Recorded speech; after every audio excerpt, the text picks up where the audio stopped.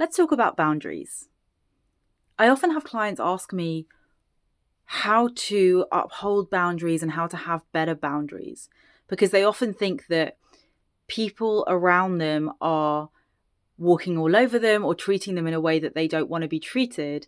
And the solution is to have a boundary in place that means that people won't treat them that way or won't speak to them in a certain way or won't pick up the phone to them when they're in the middle of the working day or whatever it might be. And I like to ask them to consider that the issue is not boundaries and that actually all a boundary does is give away your power. If I set a certain boundary that says, please don't call me between the hours of 9 to 5, and then my mum, for example, calls me during those hours, I'm going to feel like she's wronged me. She's done something wrong because I'm now ending up speaking to my mum multiple times a day during the working day when I told her not to call me. Now, an alternative way of looking at this is that there's nothing that your mum needs to do differently. She can keep calling between the hours of 9 to 5. What I'm noticing is that the client in this situation is picking up the phone.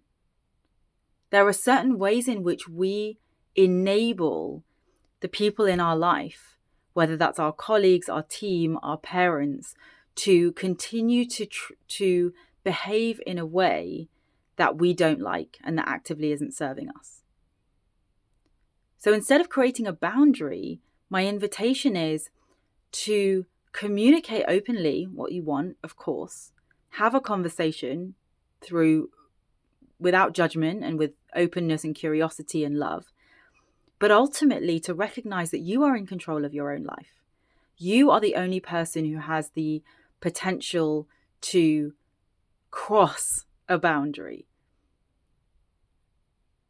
You get to decide how you show up, whether you pick up the phone, how you participate in certain kinds of conversations with the people in question. That's something that you have the power to control, rather than setting a boundary and then expecting other people to meet that boundary, which puts all the power back in their hands. Let me know if that's helpful.